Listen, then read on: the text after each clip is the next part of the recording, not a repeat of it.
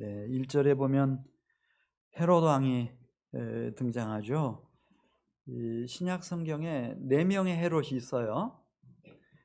그런데 그 중에 이제 직접적으로 세 사람은 헤롯 이렇게 쓰기 때문에 이 세 사람은 좀 구분해서 기억을 해두셔야 되겠습니다. 그 첫 번째 헤롯은 우리가 보통 헤롯 대왕 이렇게 말하는데 주전 1세기 말부터 주전 4년까지 그 통치했던 헤롯 대왕, 1대왕이죠. 34년을 통치했습니다. 그리고 주전 4년부터 시작해서 주 37년까지 그러니까 헤롯 왕가 중에서 최장기 통치를 했던 그 2대 왕 헤롯 안티파스, 한번 따라서 해보세요. 헤롯 안티파스 41년 통치했습니다. 오늘 등장하는 인물입니다. 대단하죠. 그 다음에 이제 그 3대 왕이 그 헤롯 대왕의 손자인 헤롯 아그리빠, 한번 해보세요. 헤롯 아그리빠 3대 왕입니다. 이 헤롯 안티파스가 오늘 이제 2절에 있는 말씀을 보면은 신경증에 걸린 걸 우리가 느낄 수 있어요. 원래 자기가 누구를 죽였나? 침례 요한을 죽였습니다. 침례 요한의 목을 뱉지만은 사람들이 뭐 자기가 갈릴리 지역도 통치하고 있었으니까 갈릴리 지역에서 주로 사역하고 있는 예수님에 대한 사역 보고가 정보들이 계속 들어올 때마다 불안한 거예요. 그리고 이렇게 해석을 합니다. 이 예수의 정체가 누군가? 이것은 내가 목을 벤 침례 요한이 다시 살아나가지고 나사렛 예수 속에 들어가서 지금 이런 역사를 이루는 거다.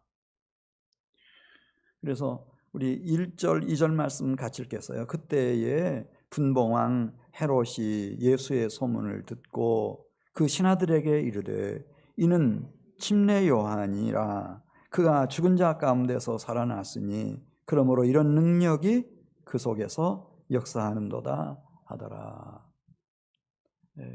그래서 그가 뭐 잠도 제대로 자지를 못하고 뭐 예수라는 말만 나오면은 막 요한이 막 살아가지고 자기 보복하기 위해서 막 달려오는 것처럼 그런 불안한 마음을 느끼고 어떻게 하다가 헤롯이 이렇게 됐나?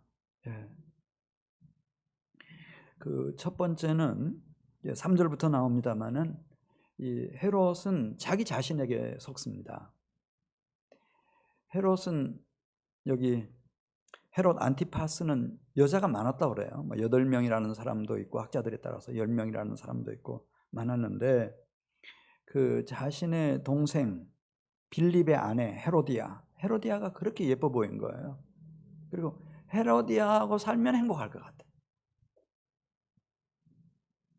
속임수죠. 속임수예요. 근데 자기가 자신을 속이는 거죠. 헤로디아만 내가 차지할 수 있다면 너무너무 행복하겠다. 그래서 끝내 이제 3절에 있는 말씀을 보면은 동생 빌립의 아내 헤로디아를 자기 여자로 만들었어요. 그래도 뭐 왕이 한 일이니까 세상 사람들은 뭐 이렇게 저렇게 말하지 못하지만 선지자 침례 요한은 그렇게 하면 안 된다. 동생의 아내를 빼앗는 수가 어디 있냐? 돌려주라. 이렇게 한 거예요. 자, 우리 한번 3절 말씀 같이 보겠습니다. 전에 헤롯이 그 동생 빌립의 아내 헤로디아의 일로 요한을 잡아 결박하여 옥에 가두었으니. 그러나 이 헤롯은 힘이 있잖아요. 권력이 있단 말입니다. 그러니까 잡아가지고 감옥에 가둬버렸어요. 그래 끝났죠. 끝났다고 생각했습니다.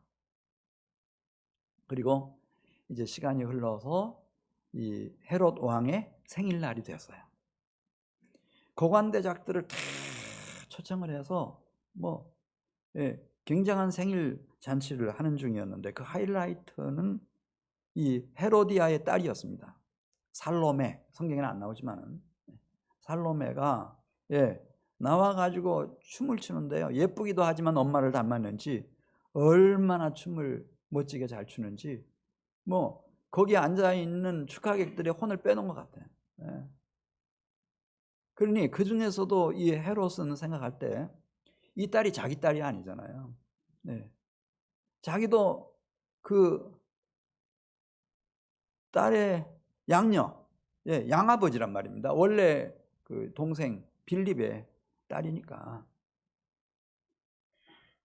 그래 그동안에 뭐 나라 일로 바쁘고 또 헤로디아만 잘하면 되겠다 생각을 하고 미처 관심을 갖지를 못했는데 이제 좋은 기회가 왔구나 이렇게 판단을 하고, 예, 그 4절 5절에 있는 말씀 보면은 이제 약속을 해요. 너무 기쁜 나머지, 예, 어떻게 이 딸이 내 양아버지의 생일을 이렇게 진심으로 축하해주고 이렇게 멋진 춤을 춰서 내 생일 잔치를 이렇게 빛내줄 수가 있나. 너무너무 행복해서 상을 내려야 되겠다 그런 생각을 하는 거예요.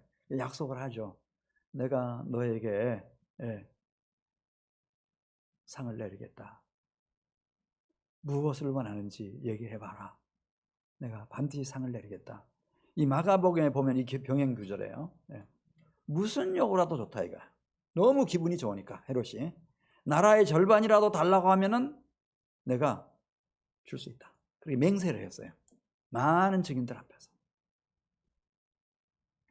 그러니까 이 당황한 이 딸이, 예, 엄마에게 가가지고 엄마 무엇을 요구할까요? 예.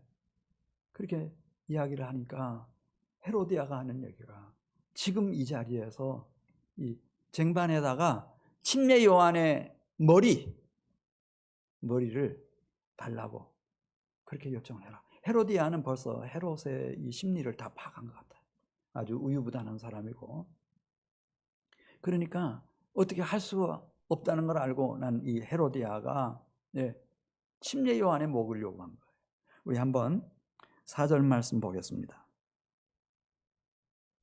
5절로 가죠. 헤롯이 요한을 죽이려 하되 무리가 그를 선지자로 여김으로 그들을 두려워하더니 마침 헤롯의 생일이 되어 헤로디아의 딸이 연석 가운데서 춤을 추어 헤롯을 기쁘게 하니 헤롯이 맹세로 그에게 무엇이든지 달라는 대로 주겠다고 약속하거늘 그가 제 어머니의 시킴을 받고 이르되 침례 요한의 머리를 소반에 얹어 여기서 내게 주소서 하니 왕이 근심하기 시작한 거예요. 그럴 줄은 몰랐거든요. 예. 누구에게 속나? 지금 첫 번째 말씀드렸어요. 우리는 이 세상에 와서 자신에게 속습니다. 두 번째는 자신이 가장 사랑하는 사람, 예, 헤로디아, 그리고 그 딸에게 이용당하는 거예요. 강청하는 거예요. 지금 이 자리에서 그 침례 요한의 머리를 소반에 담아가지고 갖다 달라는 거예요. 예. 그리고 근심에 빠졌습니다. 막 번뇌하기 시작한 거예요. 어떻게 해야 되는지. 근데 이 약속, 이 맹세를 들은 사람이 그냥 헤로디하고 그 딸 두 사람만 있으면은 이것을 번복을 하겠는데 여기 많은 사람들이 다 보는 앞에서, 예, 맹세를 한 거거든요. 맹세.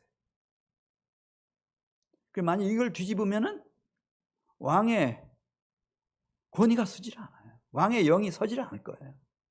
저 헤롯은 그냥 이랬다 저랬다 하는 사람이다. 믿을 수 없는 사람이다. 이렇게 됩니다. 사람을 보내가지고 침례 요한의 목을 베죠. 소반에 담아가지고, 예, 헤로디아와 그 딸에게 그것을 전해주는 겁니다. 우리를 어렵게 만드는, 예, 이런 속임수가 자신으로부터 일어난다고 하는 것, 그리고 자신이 그렇게도 믿었던 헤로디아로부터 그 딸로부터 이런 어려운 시험이 닥친다고 하는 것, 이게 이 세상입니다, 여러분.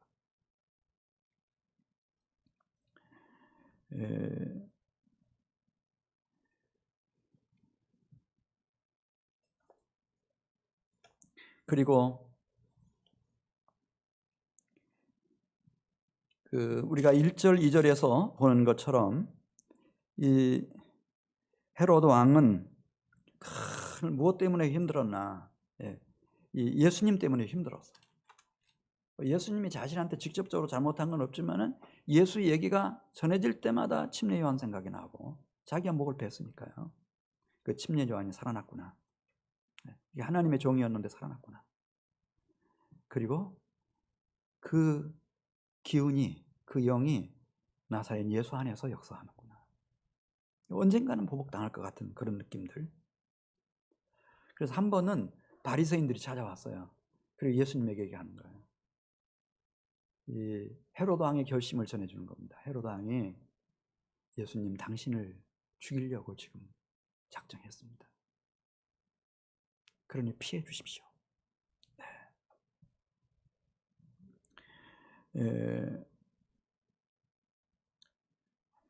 우리 마태복음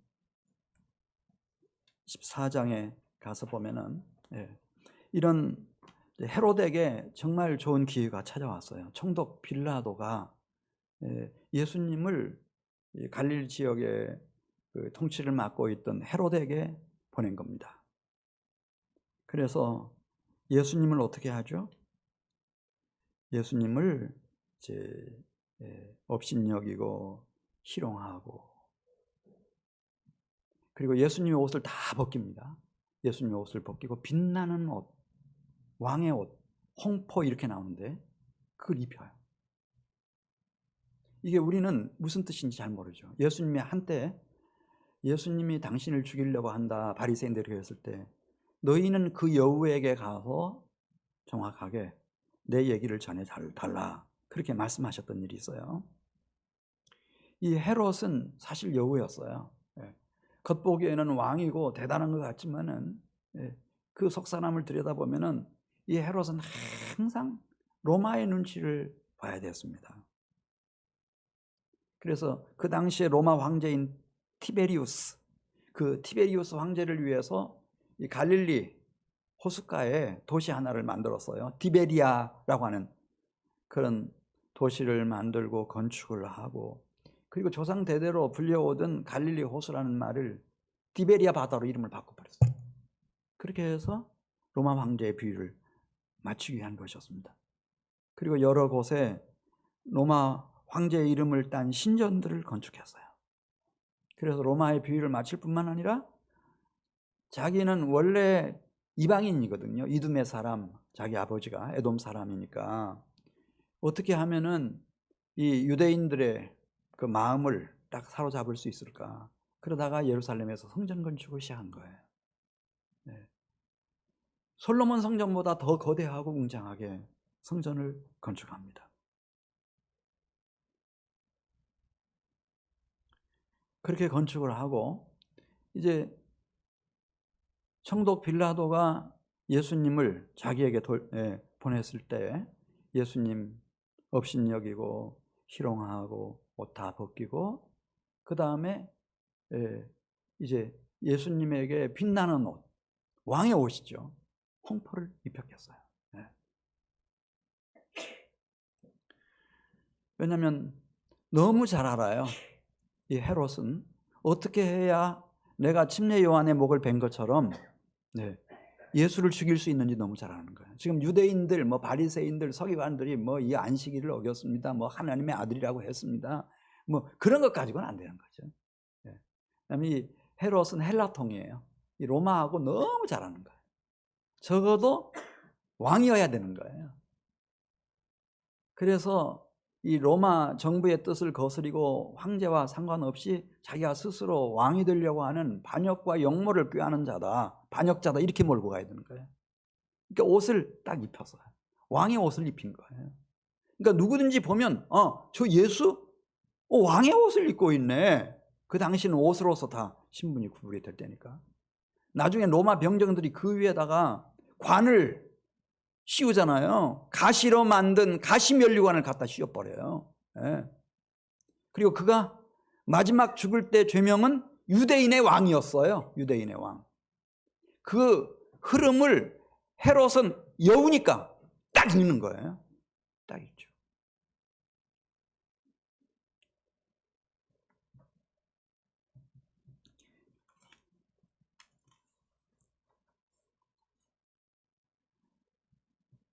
그 평생 이렇게 침례 요한의 목을 베고 또 예수님을 대적하고 이 헤롯 안티파스뿐만 아니라 헤롯 대왕도 여러분 아시죠? 헤롯 대왕도 이 로마 황제의 비유를 맞추기 위해서 대대적인 지중해 연안에다가 저 북쪽에다 가이사랴 시저라고 하는 이름을 기념하기 위해서 가이사랴라고 하는 도시를 건설하고 큰 건축을 완료하고, 그리고 그가 맨 처음 주전 20년부터 이제 유대인들의 마음을 사로잡기 위해서 성전을 건축하고, 물론 사마리아에도 아구스도 황제의 신전도 짓고, 그러면서 얼마나 사하고 독사 같았는지 모릅니다. 이제 이 유대인들하고 이 관계를 좋게 만들기 위해서 제사장의 딸 마리암느하고 혼인을 해요. 다른 아내들도 있었지만은. 그래 놓고서 혹시 이 여인이 나한테 해를 끼치면 어떡하나, 정보를 빼내면 어떡하나, 그런 망상증에 걸린 이 헤롯 대왕이 죽이죠. 그 마리암느의 형제들 다 죽이고 장인 장모 할아버지까지 죽이고, 나중에는 마리암느와 자신 사이에서 태어난 자식들도 죽여버립니다. 언젠가는 동방에서 온 박사들이 베들레헴에 유대인의 왕이 태어났다, 그러니까 자객들을 보내가지고 베들레헴과 그 근방에 있는 2살 미만 되는 영아들을 무참히 다 학살해버리죠. 우리는 보통 생각하기를 이 세상에 태어나서 열심히 살아가지고 성공을 하고 출세를 하고 내가 권력의 최고 정점으로 올라가면 굉장한 변화가 일어날 거라고 생각하는데, 사람 자체는 변하지 않습니다. 그의 아들 아켈라오라고 하는 왕이 있었어요. 이 아켈라오도 그 유전되나 봐요. 그 잔인 무도한 헤롯 대왕의 그 기질이 그대로 그에게 남아 있었습니다. 바리새인 3,000명을 학살했어요. 그리고 자기 이스라엘 백성들을, 유대인들을 그렇게도 학대하는 거예요. 그러니까 로마 정부에서 볼 때 이건 아니잖아요. 이건 그걸 해고시켰어요. 그리고 이제 최초로 여러분 아시는 대로 유대의 총독을 파견합니다. 예루살렘에. 그가 총독 빌라도입니다. 이 세상 나라는 그렇습니다. 저도 뭐 중학교 다니고 뭐 국민학교 다니고 할 때 우리 역사 배웠어요. 삼국 시대 역사도 배우고. 맨날 싸우는 게 이래요. 피 흘리는 게 일이죠. 어느 국가 어느 민족의 역사치고 이 왕들이 막 이렇게 많은 사람들을 학대하고 학살하고 그런 역사가 없는 나라와 민족은 없어요. 어디든지 다 있어요. 침례 요한의 목을 뱄을 때, 자, 오늘 마태복음 14장 12절에 있는 말씀을 보겠어요. 그 제자들이, 침례 요한의 제자들이 어떻게 하죠? 침례 요한의 시신을 가져다가 장사를 지내요. 우리 한번 12절 말씀 같이 읽어요. 요한의 제자들이 와서 시체를 가져다가 장사하고, 누구를 찾아갑니까? 예수님을 찾아가는 거예요. 그래서 자초지종을 다 보고 말씀드리죠. 예수님도 조심하라고. 침례 요한이 첫 번째 타켓이고 두 번째는 예수가 타켓이니까. 그래서 마태복음 14장 13절에 있는 말씀을 보면은 예수께서 이제 따로 빈들로 가십니다. 그런데 그 예수님을 따라 나서는 무리들이 있었어요. 그 무리들을 보면서 예수님은 어떤 마음을 가지고 계셨는가? 불쌍히 여기는 마음을 가졌다는 거예요. 긍휼히 여기는 마음. 야, 참 목자 없는 양떼 같다. 이 땅에 얼마나 많은 나라들과 왕들이 있는데 힘없는 백성들이 이렇게 유리방황하니까 안타까워하는 마음, 긍휼히 여기는 마음, 불쌍히 여기는 마음. 그 중에서도 제일 가련하고 마음에 걸리는 것이 병든 사람들이었어요. 그래, 병자들을 예수님이 어떻게 하시죠? 고쳐주십니다. 다 고쳐주셔요. 그리고 끝까지 주님을 따를 다른 무리들을 위해서 보리떡 5개, 물고기 2마리 가지고, 예, 거기 남자 장정들, 여성들, 뭐 노인들, 아이들 할 것 없이 그날 밤에 얼마나 만난 그런 저녁 식사를, 예, 예수님이 대접해 주셨는지 너무 행복했어요.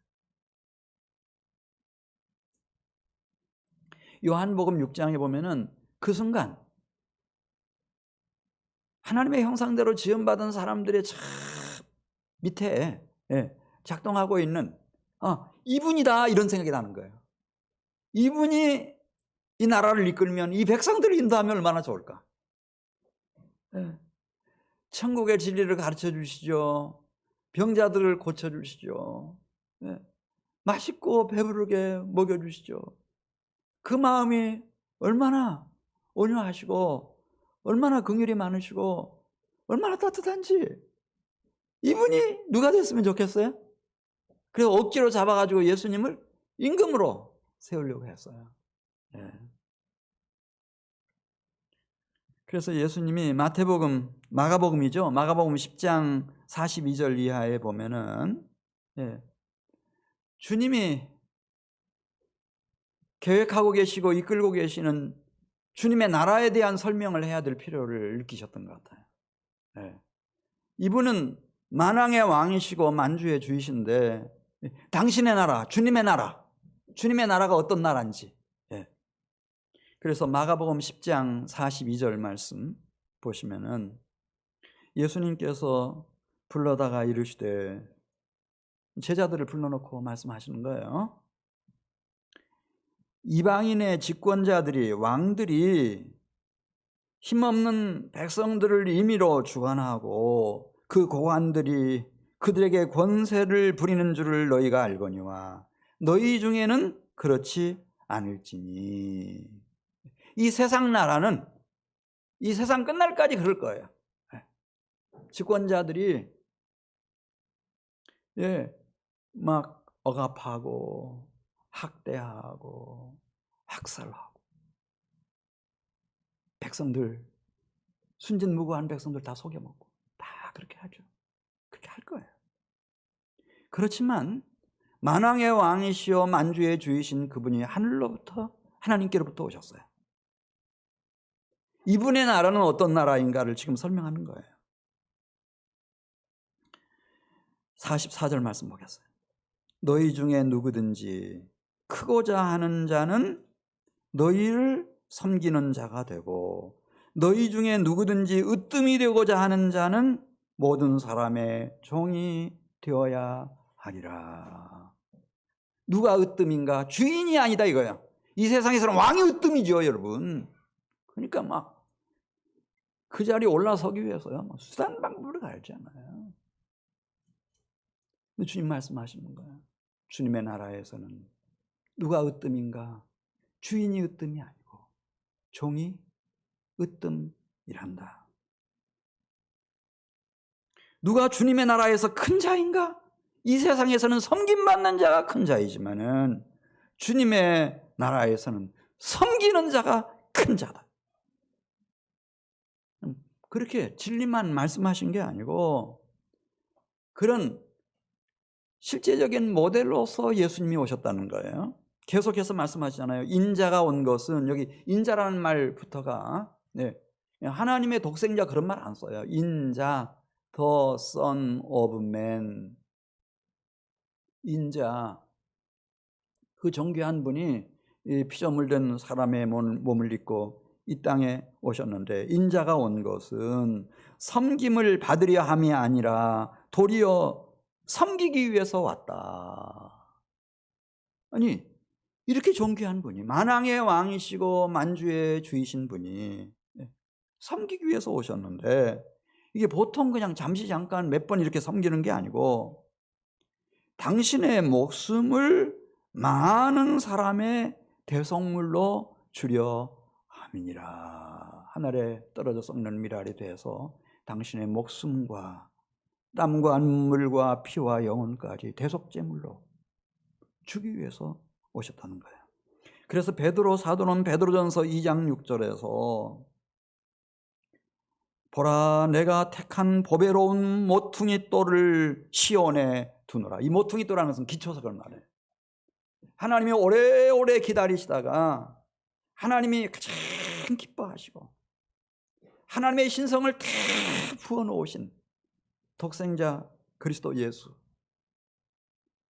그분의 이 섬김, 이 대속의 희생, 이것을 하나님의 나라를 세우는 모퉁이 기초돌로 삼으신다는 거예요. 여기서부터 시작한다는 거예요. 여기서부터 시작합니다.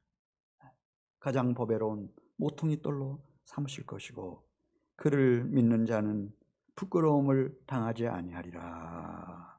그렇게 말씀했어요.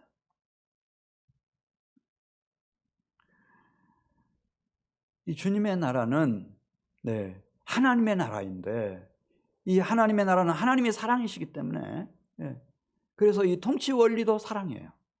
그분이 살아계실 때 자기 세상에 있는 사람들을 사랑하시되 끝까지 사랑하셨다고 그렇게 말씀하십니다.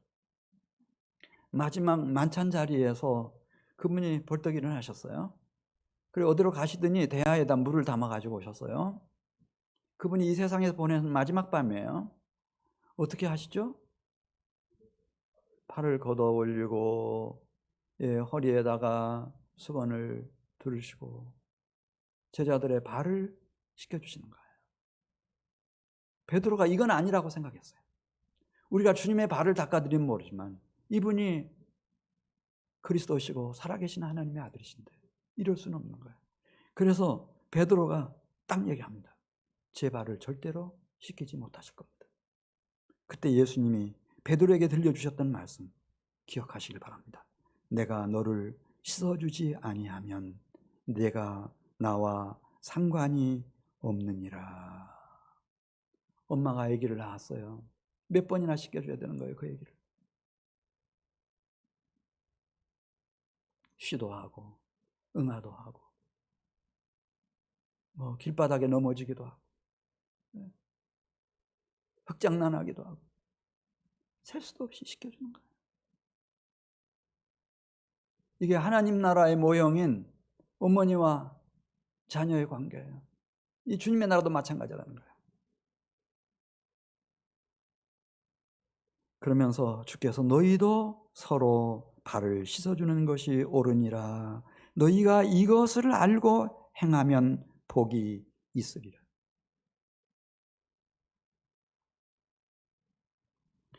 예수 그리스도는 이 세상의 왕들과 달랐습니다. 어떤 영웅 호걸이나 황제들과도 달랐습니다. 이사야 선지자는 그분이 오신다는 겁니다. 보배로운 주님의 나라, 하나님 나라의 모퉁이 돌이 되실 그분이 오신다는 거예요. 그런데 이분은 멸시를 우리와 함께 받으시고 강고를 우리와 같이 많이 겪으시고, 강고가 뭐예요? 너무 가난해. 돈도 없어요. 양식도 없어. 먹을 것도 없어. 입을 옷도 없어요. 강고를 많이 겪으시고 질고를 아는 자라. 우리가 여러 가지 병으로 힘들고 너무 고통스러워요. 너무 아파. 그거 다 아시는 분이신데 왜 그분이 그토록 멸시와 강고와 질고를 당하셨나?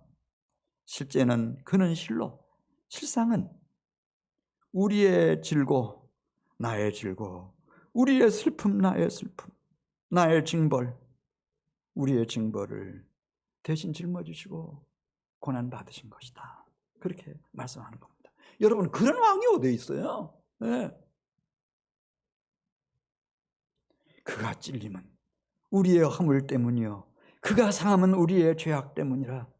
그가 징계를 받음으로 우리가 평화를 누리고 그가 채찍에 맞음으로 우리는 나음을 받았도다. 우리는 다 양 같아서 미련하고 연약하여 그릇 행하며 제 길로 갔지만 여호와께서 우리 모두의 죄악을, 허물을, 연약함을 그분에게 다 담당시키셨도다. 이 왕. 그래서 빌립보서 2장 5절 말씀, 이게 하나님의 마음이니까요. 이게 하나님 나라의 본질이니까요. 너희는 너희 안에 이 마음을 품으라. 곧 그리스도 예수의 마음이니 그는 근본 하나님의 본체이시지만은 하나님과 동등됨을 취할 것으로 여기지 아니하시고 오히려 자기를 비워내고 피조물 된 종의 형체를 입고 사람이 되셨으며 사람의 모양으로 우리 곁에 찾아오셔서 자기를 낮추시고 죽기까지 복종하셨는데 십자가에 죽기까지 희생하시고 대속제물이 되어주셨다. 이것이 하나님의 사랑의 통치, 하나님 나라의 본질을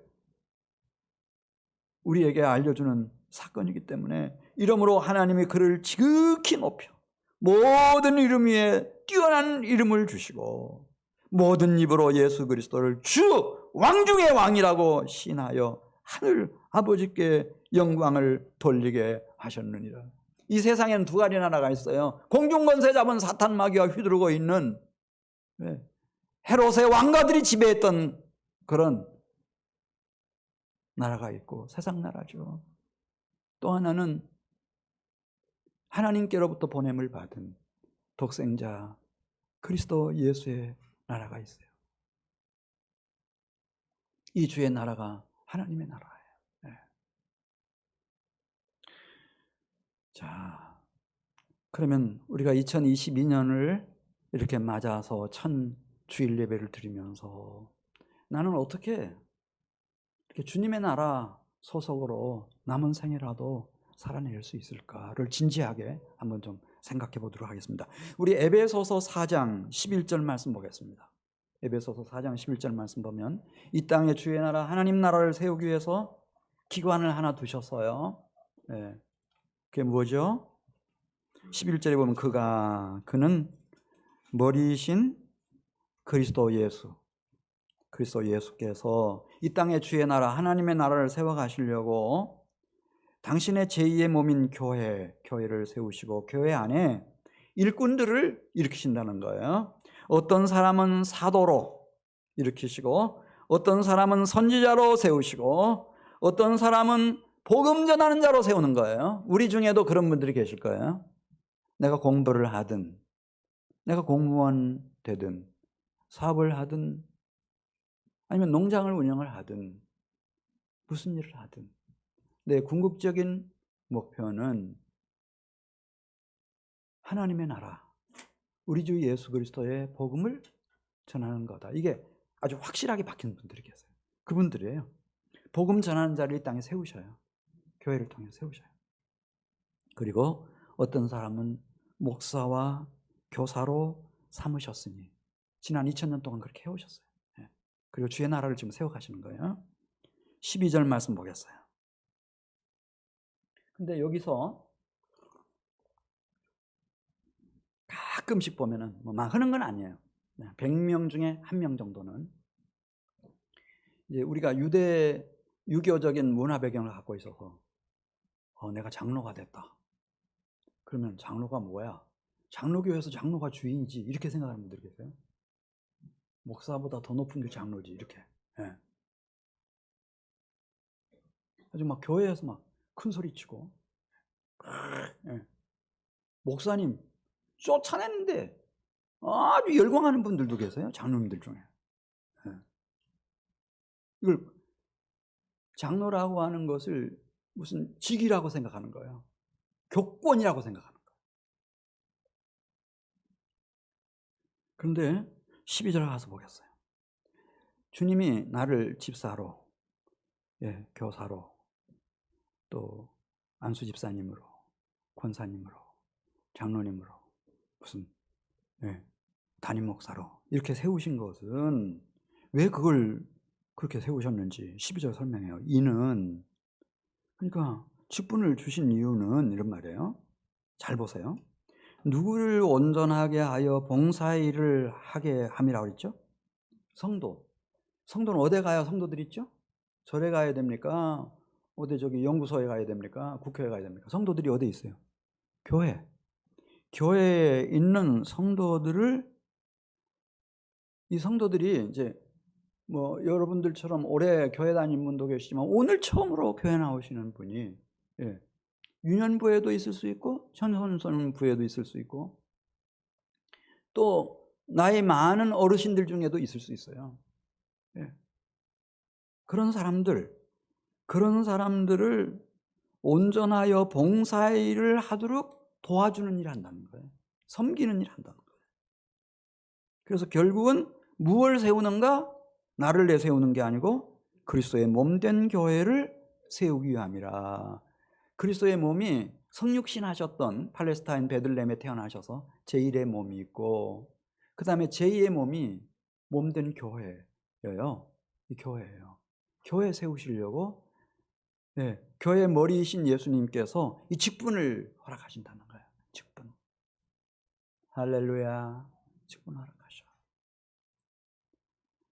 13절 말씀 보겠어요. 그러면은 내가 이후로 그냥 한 번, 두 번 하다가 그냥 집어치는 것이 아니고 내가 주님 품에 안길 때까지 일평생 동안 그리스도의 몸을 제 몸인 교회를 잘 한결같이 잘 세우는 그런 충직한 그런 일꾼이 되려면 어떻게 해야 되는지 13절 설명했어요. 13절 보겠어요. 하나가 돼야 된다는 거예요. 우리가 다 하나가 되어 무엇에서 하나가 되어야 되는가? 하나님의 아들을 믿는 것과 아는 일에 하나가 되어 온전한 사람을 이루어. 이걸 생각하시면 돼요. 지금 몸이라는 말 자꾸 쓰시는데요.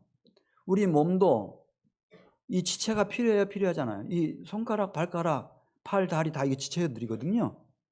우리 몸 속에 보이지 않는 장기들도 다 지체에 속하는 거예요.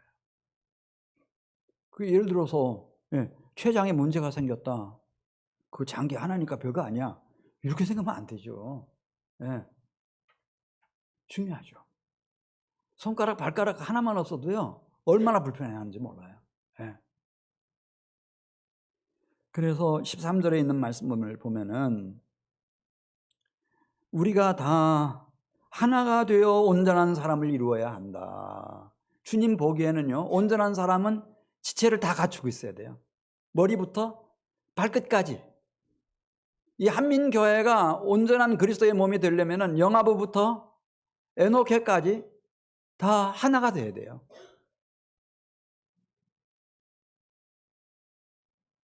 그래야 13절 마지막에 이 좀 어렵게 번역되어 있는데요. 정신 차리고 잘 보면 감을 잡을 수 있어요. 13절 마지막에 그리스도의 장성한 분량이 충만한 데까지 이룰 수 있다. 이것을 제가 다른 번역, 현대인의 성경은 이렇게 번역했습니다. 그리스도의 완전하신 충만에 이룰 수 있다. 또 쉬운 성경은 이렇게 번역했어요. 그리스도를 닮은 온전한 사람으로서 진정 성숙한 그리스도인이 된다는 거예요. 우리가 신의 형상을 이루어야 될 거 아니에요.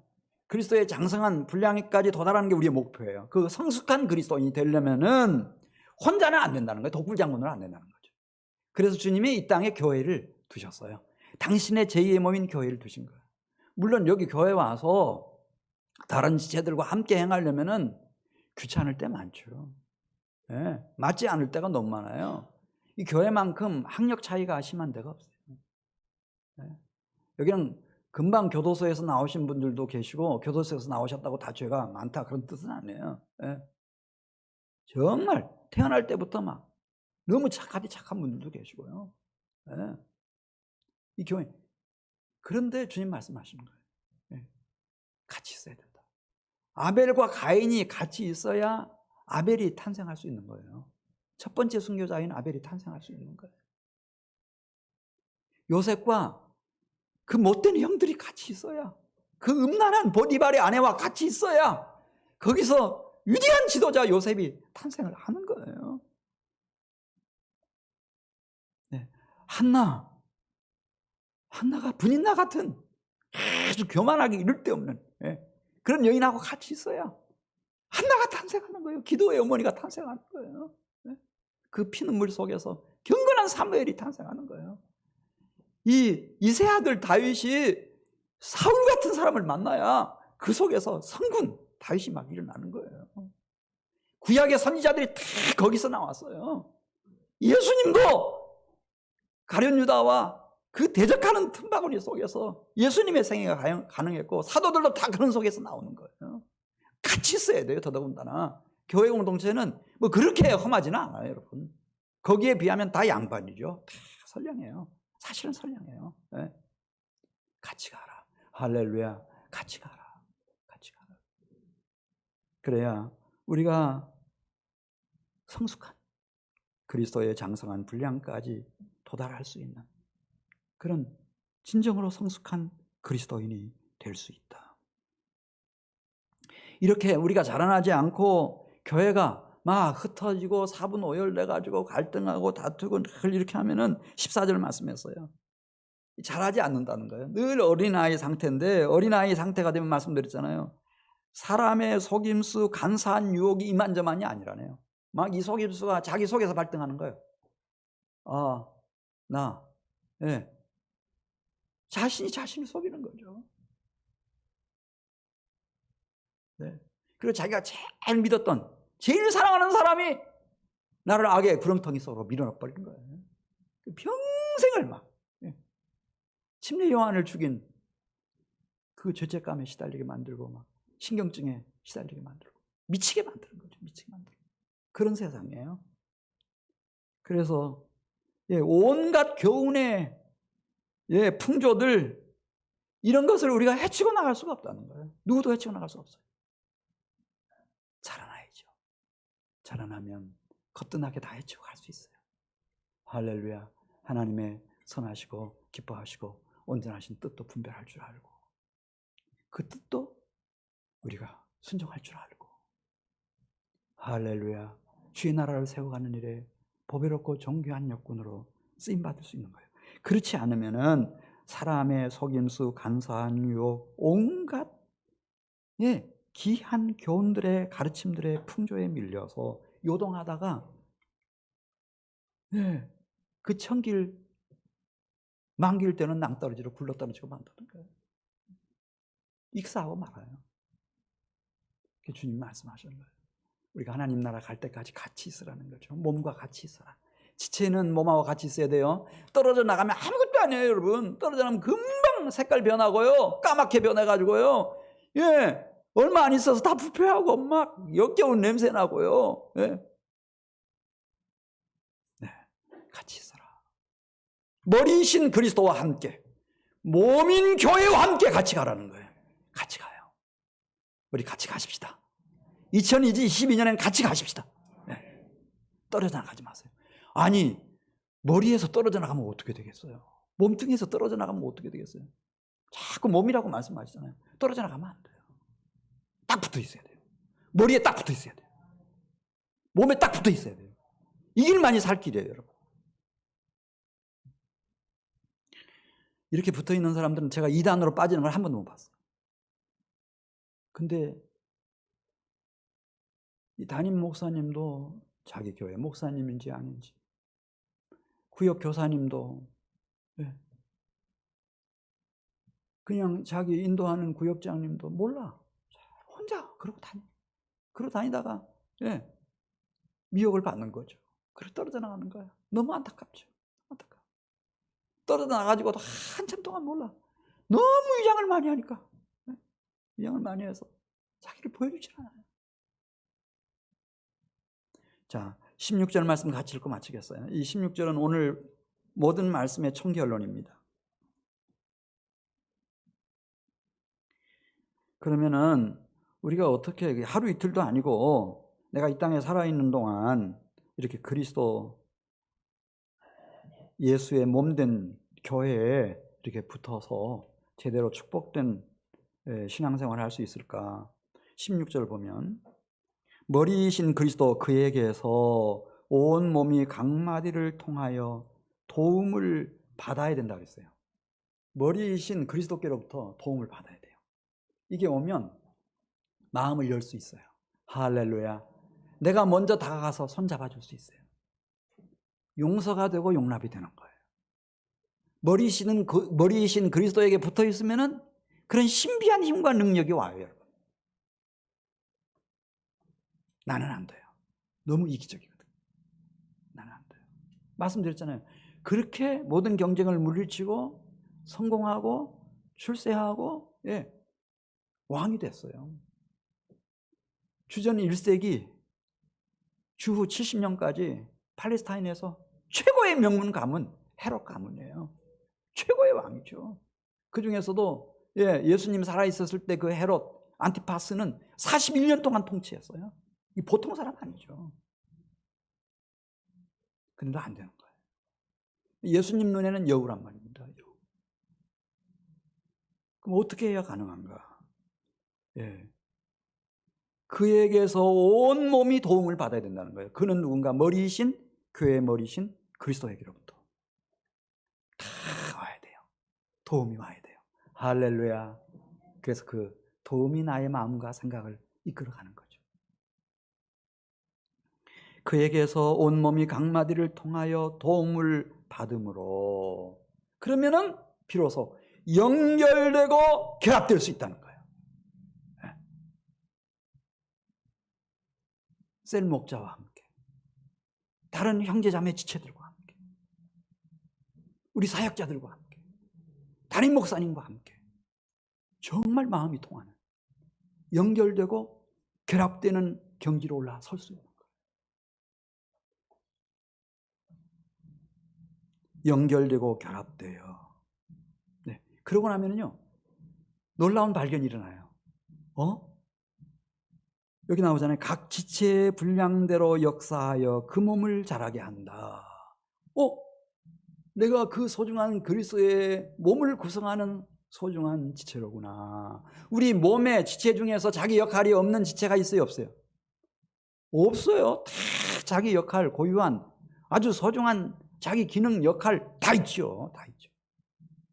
그런 것처럼 이 교회는 담임 목사 혼자서 하는 게 아니에요. 제가 이렇게 좋은 찬양을 부를 수 있겠어요? 어림도 없죠. 돌아가실 때까지 안 돼요.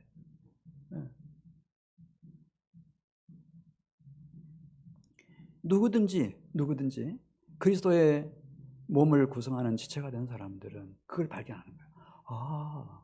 내가 왜 이런 인생을 살아왔는지, 하나님이 나에게 주신 은사가 뭔지, 재능이 뭔지, 주님의 나라를 위하여, 주님의 몸된 교회를 위하여, 하나님의 나라를 위하여 이렇게 쓰시려고 나를 지금까지 인도해 오셨구나. 그걸 다 깨닫는 거예요.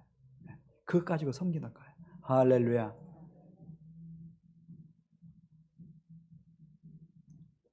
이 머리이신 그리스도께로부터 도움이 오면은 연결되고 결합됩니다. 그리고 지체의 역할을 다 수행함으로써 그리스도의 몸인 교회를 자라게 하고, 그 다음에 이게 해석이 조금 애매하게 돼 있어요. 사랑 안에서 스스로 세우느니라. 이게 무슨 뜻인가 하면은 그건 사랑이거든요. 그 능력이라는 게 사랑의 능력이에요. 다른 말로 하면 어떻게 연결되고 결합되고 주님의 몸된 교회를 진정으로 이렇게 세워가나, 자라나게 하나, 그건 사랑이거든요. 사랑. 근데 바로 사랑 안에서 나도 세워진다는 거예요. 이 몸 안에서 나도 세워지는 거예요. 머리이신 그리스도와 함께 그분의 몸이신 교회 안에서 나는 머리이신 주님의 분부를 받들었는데, 그분의 몸을 세웠는데 그 몸이 나를 세워주는 거예요. 할렐루야. 이게 얼마나 귀한 축복인지. 오늘 이제 귀한 직분들 받으셨는데요. 이 직분을 여러분들이 그냥 이 세상에서 주는 그런 직분하고 같이 생각하면 안 되고, 이건 머리이신 그리스도께서 주신 직분이다 이렇게 생각을 하시고, 그 직분을 가지고 예수님 머리이시니까, 그분이 모든 만왕의 왕이시고 만주의 주시니까 그분의 머리에 다 붙어서 몸인 교회와 함께 주님의 나라, 하나님의 나라를 세워가는 일에 진력하시기를 바랍니다. 언젠가는 깨달을 겁니다. 참 이거야말로 대단한 영광이었고, 내가 이 세상에서 와서 누린 최고의 특권이었다 이렇게 생각할 겁니다. 우리는 빛에 속하든지 어둠에 속하든지 사망에 속하든지 생명에 속하든지 하늘에 속하든지 땅에 속하든지 하나님 나라 소속이든지 이 세상 나라 소속이든지 둘 중에 하나인데 여러분들이 주님의 나라, 하나님 나라의 보배롭고 정교한 일꾼으로서 주님의 교회를 세워가시고 그 안에서 온갖 귀한 복들을 누리시는 2022년 이민년 한 해가 되시기를 축복합니다. 우리 같이 기도드리겠습니다.